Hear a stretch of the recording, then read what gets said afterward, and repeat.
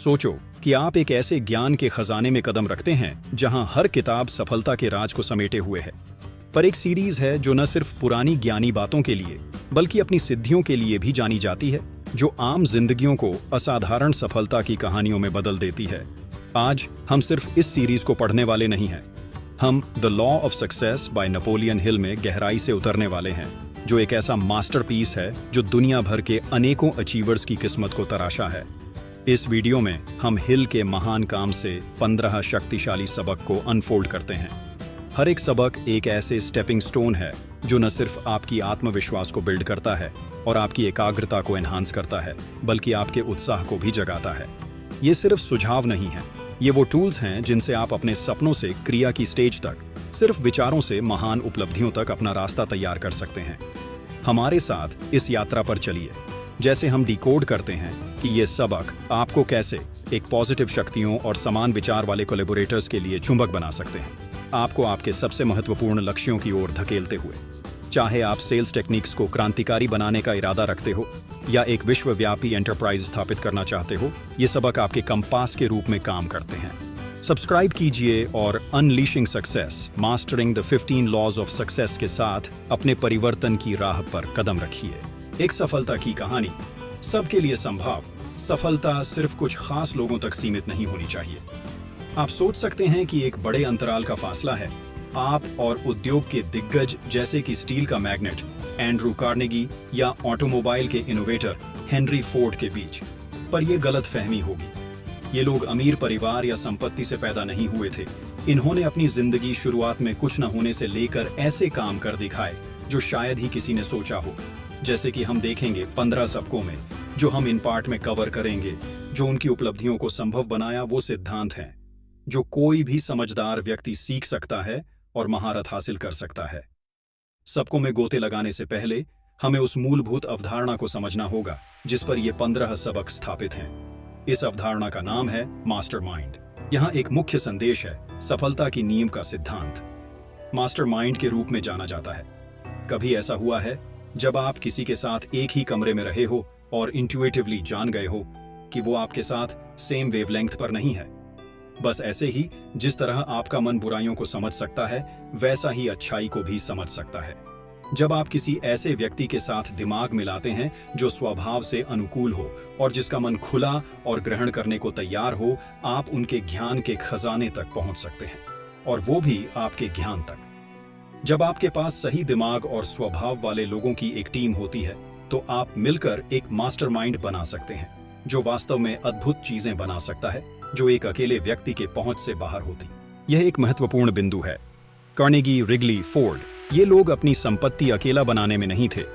हर एक ने अपने समकक्षों के साथ समय बिताना और एक दूसरे की मदद करना महत्वपूर्ण समझा।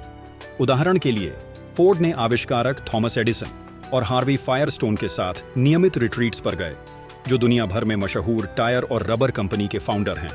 उन्होंने अमूल्य ज्ञान साझा किया और अपने ज्ञान के स्रोत को विस्तारित करके बहुत लाभ उठाया। लेकिन याद रखिए, मास्टरमाइंड्स सिर्फ समन्वयशील व्यक्तित्व और इरादों से बनाए जाते हैं। कोई नेगेटिव व्यक्तित्व और स्वार्थी इरादों को शामिल करने से व्यवस्था जल्दी खराब हो सकती है। सफलता की कुंजी, ज्ञान और आत्मविश्वास।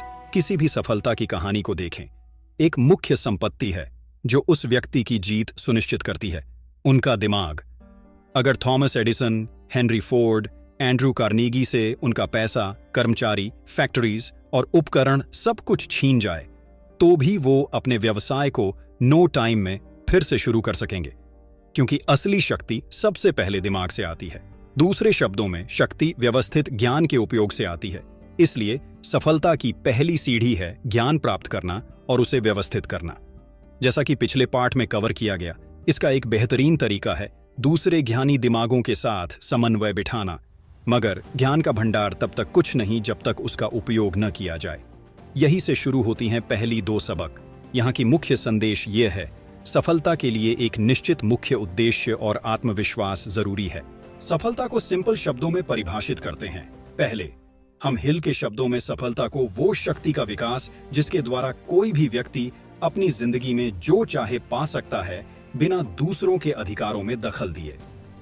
इससे यह समझ आता है कि एक निश्चित मुख्य उद्देश्य होना सफलता के लिए जरूरी है। सबसे शक्तिशाली काम जो आप कर सकते हैं वो है अपने व्यवस्थित ज्ञान का उपयोग व्यवस्थित प्रयास के द्वारा करना, एक मास्टरमाइंड का निर्माण करना जो समंजस पार्टनर्स और कर्मचारियों के साथ मिलकर एक निश्चित उद्देश्य की तरफ काम करे। ये सब थोड़ा एब्स्ट्रैक्ट है, तो चलिए एक वास्तविक उदाहरण देखते हैं।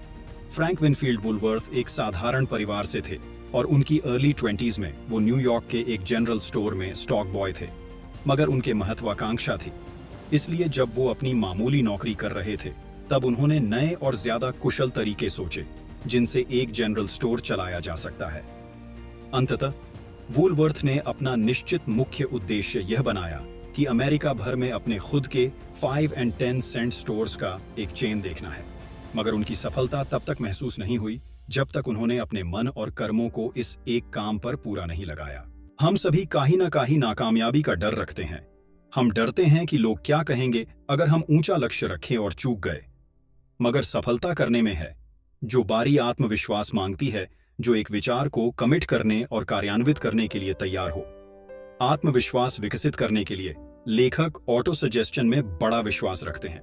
ये पॉजिटिव संदेशों का लगातार इनपुट है जो अंततः जड़ पकड़ लेता है और उन नेगेटिव डर भरी भावनाओं को उस तरह के पॉजिटिव आत्मविश्वास में बदल देता है जो विचारों को वास्तविकता में बदल सकता है। आप इस संदेश को याद कर शुरू कर सकते हैं। मुझे पता है कि मेरे पास अपना निश्चित उद्देश्य प्राप्त करने की क्षमता है, इसलिए मैं अपने आप से निरंतर, आक्रामक और लगातार कार्यान्वित करने की मांग करता हूं। सफलता के लिए बचत और पहल की आदत। सफलता के रहस्यों में से पैसे बचाने की बात कोई राज नहीं है। आप जानते हैं कि आपको पैसे बचाने चाहिए, मगर असल में ये करना थोड़ा मुश्किल है। इसीलिए तीसरा सबक है द हैबिट ऑफ सेविंग।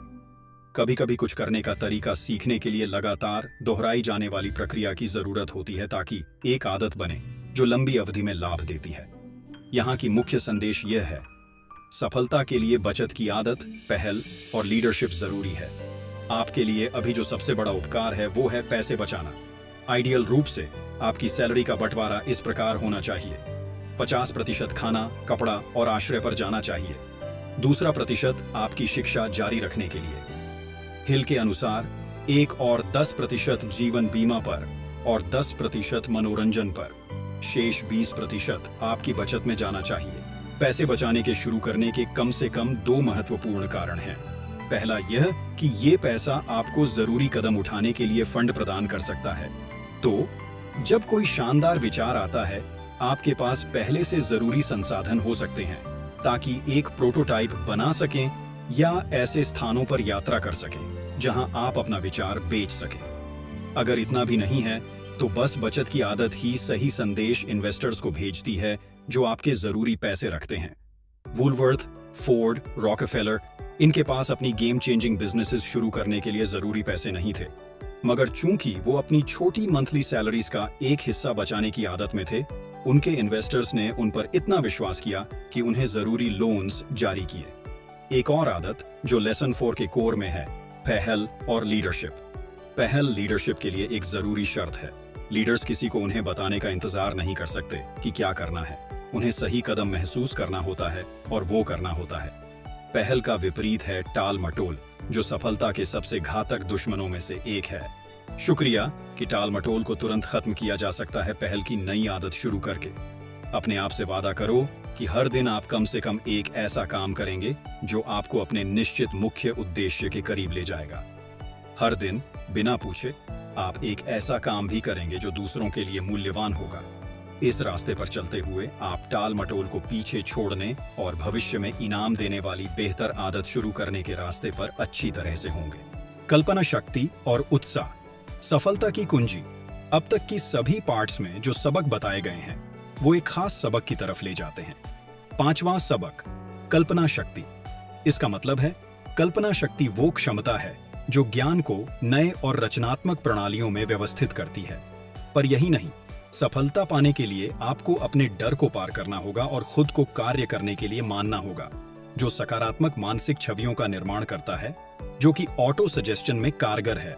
आपको विश्वास, सकारात्मकता स्थापित करनी होगी और अपने आप को अपने लक्ष्य को प्राप्त करते हुए देखना होगा अगर आपको सफल होना है। यहाँ का मुख्य संदेश है, सफलता के लिए कल्पना शक्ति और उत्साह दोनों जरूरी हैं। बिक्री की बात आए तो अच्छी तरह विकसित कल्पना शक्ति से बड़ी कोई कुशलता नहीं है। खासकर वो सेल्स पर्सन जो ध्यान और मनोविज्ञान को कल्पनाशील रूप से जोड़ सकता है, उसकी सफलता निश्चित है। एक कल्पनाहीन व्यक्ति की कहानी सोचिए जो किसान के दरवाजे पर दस्तक देता है अपने कुत्ते को बेचने की कोशिश में। उस व्यक्ति ने समझाया कि वो शहर में शिफ्ट हो रहा है और उसके अपार्टमेंट में कुत्ते के लिए जगह नहीं है। उसने किसान से पूछा, क्या आप मेरी मदद कर सकते हैं और इस कुत्ते को ले सकते हैं? जिस पर किसान ने जवाब दिया, नहीं धन्यवाद, और दरवाजा बंद कर दिया। अब एक कल्पनाशील व्यक्ति की कहानी सोचिए। वो किसान के दरवाजे पर दस्तक देता है और उससे एक शानदार अवसर के बारे में बताता है। यह एक ऐसा कुत्ता है जो भेड़ों को इकट्ठा कर सकता है, गायों को अंदर लाने में मदद करता है और जंगली जानवरों को भगा सकता है। उसने कहा, फार्म पर मदद करने के लिए इस कुत्ते की कमी नहीं है, मैं इसे आपको $100 में दूंगा। किसान ने तुरंत कहा, बिक गया। कल्पनाहीन लोग अपनी जरूरतों से आगे नहीं देख सकते, जबकि एक कल्पनाशील व्यक्ति तुरंत एक ग्राहक को स्कैन कर सकता है और उसकी जरूरतों का अनुमान लगा सकता है। मगर कल्पना शक्ति तब और भी प्रभावी होती है जब इसे अगले सबक के साथ मिलाया जाता है, उत्साह। किसी व्यवसाय को बनाते समय उत्साह लोगों को प्रेरित करने और अपने निश्चित मुख्य उद्देश्य की ओर कार्य करवाने के लिए की है। ये संक्रामक होता है। आप शायद किसी उत्साहित व्यक्ति के साथ रहे होंगे और महसूस किया होगा कि आप जो भी विषय उनसे बात कर रहे थे उसमें खुद को शामिल पा रहे थे। जैसे आत्मविश्वास, उत्साह भी सकारात्मक ऑटो सजेशन के द्वारा पाला जा सकता है।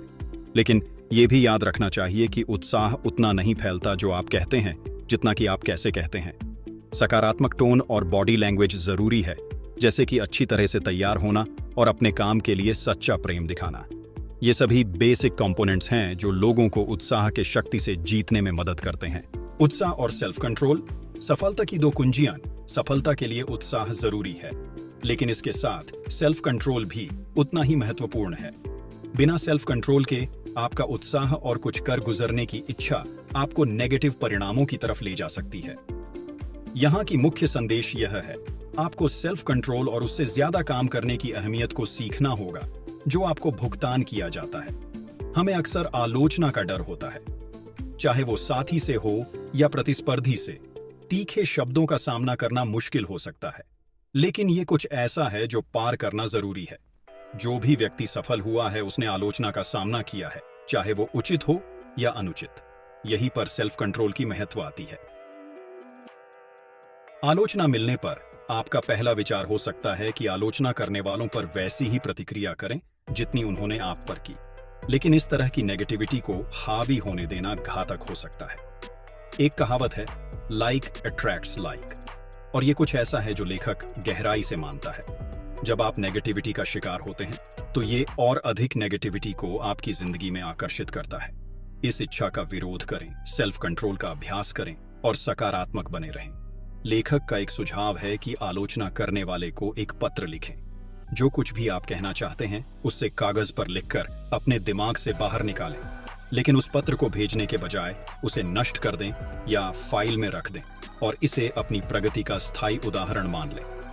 जब कोई आप पर सार्वजनिक रूप से आक्रमण करता है तो आपके पास इस रिश्ते में शक्ति होती है।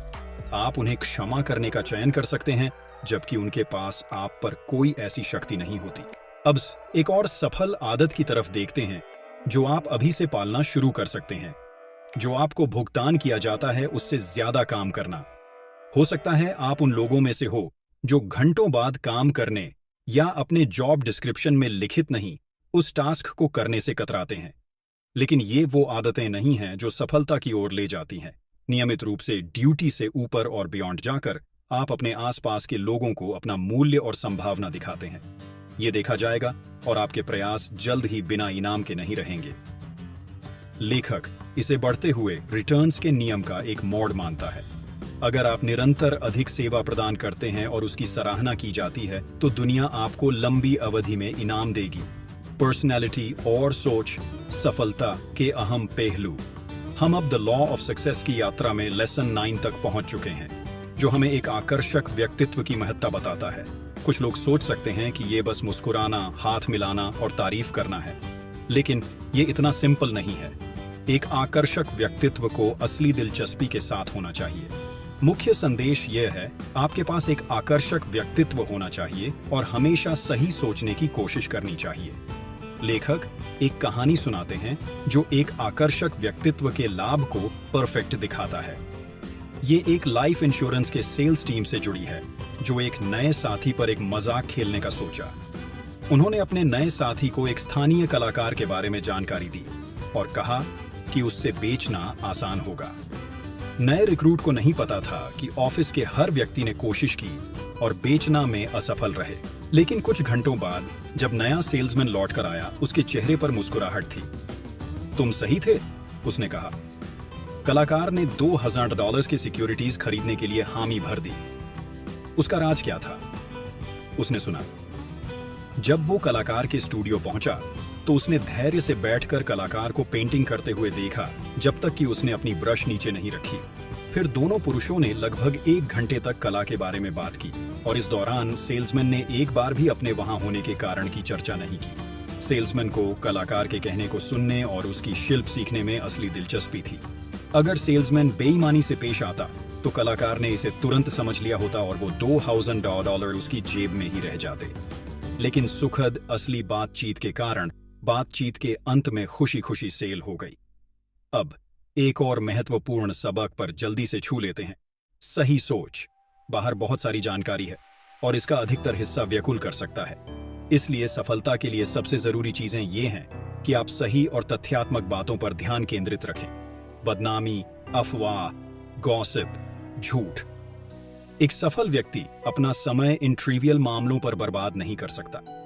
आपको इन नेगेटिव तत्वों को रोकने और अपने निश्चित मुख्य उद्देश्य की सकारात्मक खोज में समर्पित रहने की जरूरत है। एकाग्रता और सहयोग, सफलता की कुंजियां। अगर एक सबक है जो जादू की चाबी देती है तो वो है लेसन 11, जो एकाग्रता की महत्ता को बताता है। पहले हम डिलिजेंस और अपने लक्ष्य पर केंद्रित रहने की बात कर चुके हैं, लेकिन एकाग्रता इतनी जरूरी है कि इसके लिए द लॉ ऑफ सक्सेस में एक अलग ही सबक समर्पित है। हिल के अनुसार एकाग्रता सिर्फ केंद्रित रहना नहीं है, ये एक निर्धारित आदत और अभ्यास के जरिए अपने दिमाग को एक विषय पर तब तक केंद्रित रखने की क्षमता है जब तक कि आप उस विषय को पूरी तरह से जान न लें और उस पर महारत न हासिल कर लें। दूसरे शब्दों में, एकाग्रता आत्मनियंत्रण की राह है। मुख्य संदेश यहाँ यह है कि एकाग्रता और सहयोग सफलता के दो और कुंजियां हैं। सफलता प्राप्त करने के लिए कुछ मात्रा में आत्मचिंतन जरूरी है। आपको अपने आप को ईमानदारी से देखना होगा और उन अनहेल्पफुल आदतों और पूर्वाग्रहों को पहचानना होगा जो किनारे करने की जरूरत है। बुरी आदतों को अच्छी आदतों से बदलना सबसे बेहतर तरीका है और यहाँ एकाग्रता काम आती है। नए आदतों की सृजन और हर दिन सकारात्मक विचारों और आत्मविश्वास को ऑटो सजेस्शन के जरिए इंस्टिल करने का अभ्यास एकाग्रता और समर्पण मांगता है। यहाँ दिए गए अधिकतर सबकों की तरह आप परिवर्तन करने और उन्हें अंत तक देखने तक परिणाम नहीं देखेंगे। कई मायनों में आप जो सबसे प्रभावी परिवर्तन कर सकते हैं वो सहयोग के जरिए होता है, जो अगले सबक का विषय है। सहयोग मास्टरमाइंड, जो एक मूलभूत अवधारणा है जिसे हमने पहले पार्ट में कवर किया था, का एक महत्वपूर्ण हिस्सा है। लेकिन यहाँ हम आपके चेतन और अवचेतन मन के बीच के सहयोग की बात कर रहे हैं। ये सब काफी एब्स्ट्रैक्ट है, तो आइए एक उदाहरण देखते हैं, इसे और स्पष्ट करते हैं। मान लीजिए आप हर दिन पॉजिटिव कथन पढ़ने और याद करने की आदत बनाते हैं, जैसे मैं एक शक्तिशाली पब्लिक स्पीकर बनने जा रहा हूं क्योंकि ये मुझे दुनिया को उपयोगी सेवा प्रदान करने और अपने निश्चित उद्देश्य को प्राप्त करने में मदद करेगा। इस वाक्य को दोहराने से ये आपके अवचेतन मन में जड़ पकड़ लेगा और जब ये होता है आप अपने आप को और अपनी जिंदगी को बदलते हुए देखेंगे, क्योंकि आपके अवचेतन मन में जो विचार होते हैं वो आपके डेली एक्शंस और निर्णयों में प्रकट होते हैं। अगर आपका अवचेतन मन मानता है कि आप कभी अच्छा पब्लिक स्पीकर नहीं बन सकते, तो ये ही आपकी वास्तविकता है। लेकिन ऑटो सजेस्शन के जरिए आप इसे बदल सकते हैं। आपके जो चयन होंगे वो आपको एक कॉन्फिडेंट पब्लिक स्पीकर बनने की दिशा में ले जाएंगे। ये है आपके चेतन और अवचेतन मन के बीच के सहयोग का अद्भुत शक्ति। असफलता को एक अस्थायी सेटबैक मानेन, हमें से बहुतों को असफलता का डर गरीबी का डर के साथ जुड़ा हुआ है। हम ये सोचते हैं कि अगर हम अपने सपनों का पीछा करते हैं तो शायद अंत में कंगाल हो जाएंगे। शुक्रिया। एक सरल तथ्य है जो इस थकाऊ दुश्मन को पराजित कर सकता है। असफलता सिर्फ अस्थायी है। बहुत से महत्वाकांक्षी लोगों के लिए असफलता सिर्फ एक सेटबैक है। न सिर्फ ये, कई बार असफलता वरदान के रूप में आती है। हम असफलताओं से सीखते हैं, हमारा संकल्प मजबूत होता है और हम ज्यादा समझदार और मजबूत बनते हैं। तो असफलता को उसके ज्यादा सही नाम से देखते हैं, अस्थायी सेटबैक। इस रोशनी में डरने की क्या बात है? मुख्य संदेश यह है, किसी भी असफलता को केवल अस्थायी समझें और एक ज्यादा सहनशील दृष्टिकोण अपनाएं। लेखक अपनी 40 के दशक में पहुंच चुके थे और वे पहले ही 7 अलग मौकों पर अपने योजनाओं को बिखरते हुए देख चुके थे, जहां उन्हें अपने घाव चाटना पड़ा, समायोजन करना पड़ा और फिर से कोशिश करनी पड़ी। वास्तव में इन्हीं कथित असफलताओं के जरिए लेखक ने सफलता के नियमों को पहचानने में मदद मिली। गलत रायों और भ्रमित विश्वासों से मुक्त होना सफलता पाने के लिए कोई छोटी बात नहीं है। और ये लेसन 14 का मूल है, जो सहानुभूति के बारे में है।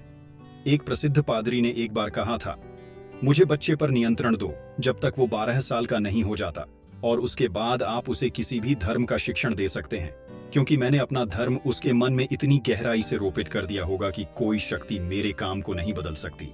इस कथन में सच्चाई है, क्योंकि जब हम किशोरावस्था तक पहुंचते हैं, तब तक हमारी राजनीतिक निष्ठा से लेकर जिस खेल की टीम को हम सपोर्ट करते हैं, सब कुछ हमारे मन में मजबूती से स्थापित हो चुका होता है। लेकिन कभी कभी ये पूर्वाग्रह अच्छे नहीं होते। सहनशीलता का मतलब है सभी लोगों के प्रति खुला दिमाग रखना, चाहे उनके विश्वास कुछ भी हो। असहिष्णुता युद्धों को जन्म देती है, समाजों को फाड़ती है और दुश्मन बनाती है। इसे हर हाल में त्याग देना चाहिए। हम इस विषय पर अगले और अंतिम पार्ट में और गहराई से चर्चा करेंगे, जो गोल्डन रूल के बारे में है। गोल्डन रूल, सफलता की राह पर चलने का मंत्र। जैसा आप चाहते हैं कि लोग आपके साथ करें, वैसा ही आप उनके साथ करें। आपने ये पहले भी सुना होगा, जैसा आप चाहते हैं कि लोग आपके साथ करें, वैसा ही आप उनके साथ करें। ये एक पुरानी सोच है, लेकिन इसका मतलब आज भी उतना ही गहरा है। यही वास्तव में गोल्डन रूल का सार है, और ये इस सीरीज में लेखक द्वारा दी गई अंतिम शिक्षा है। मुख्य संदेश ये है, गोल्डन रूल का पालन करके आप सही सफलता की राह पर रह सकते हैं। याद कीजिए कि हमने सफलता को कैसे परिभाषित किया था इन वीडियोस की शुरुआत में। ये वो शक्ति का विकास है जिसके द्वारा कोई भी व्यक्ति अपनी जिंदगी में जो चाहे पा सकता है, बिना दूसरों के अधिकारों में दखल दिए।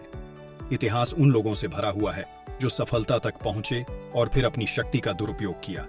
लेकिन बार बार ये देखा गया है कि ऐसे लोग ज्यादा देर तक सत्ता में नहीं रहते।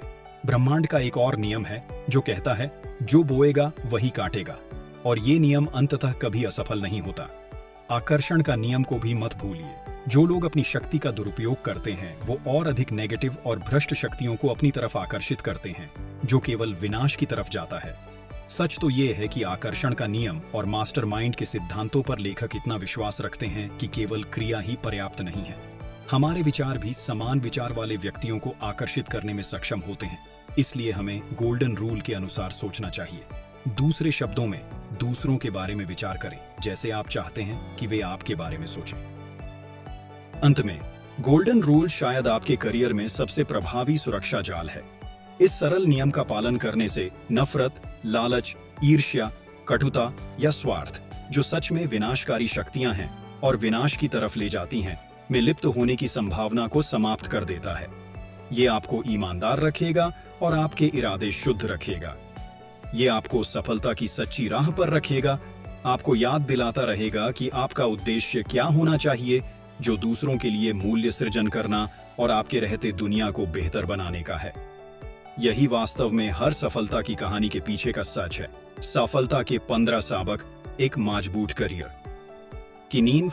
इस वीडियो में दिए गए मुख्य संदेश ये हैं। द लॉ ऑफ सक्सेस में 15 सबक दिए गए हैं, और ये सब एक दूसरे के साथ उलझे हुए हैं ताकि एक सफल करियर की मजबूत रीढ़ बनाएं। इनका उपयोग आपको बेहतर सेल्स पर्सन बनाने के लिए किया जा सकता है, या फिर आपको एक बड़ी अंतर्राष्ट्रीय कंपनी की स्थापना की दिशा में मार्गदर्शन करने के लिए। आत्मविश्वास, एकाग्रता और उत्साह पर दिए गए सबक आपको अपने डरों को पार करने और विचार अवस्था से कार्य अवस्था में आने के लिए डिजाइन किए गए हैं। ये सबक आपको सकारात्मक सोचने के लिए भी प्रेरित करते हैं, ताकि आप दूसरे सकारात्मक दिमागों को आकर्षित कर सकें और एक सहयोगी इकाई के रूप में और भी प्रभावी बन सकें। एक स्पष्ट और निर्धारित लक्ष्य की ओर बढ़ते हुए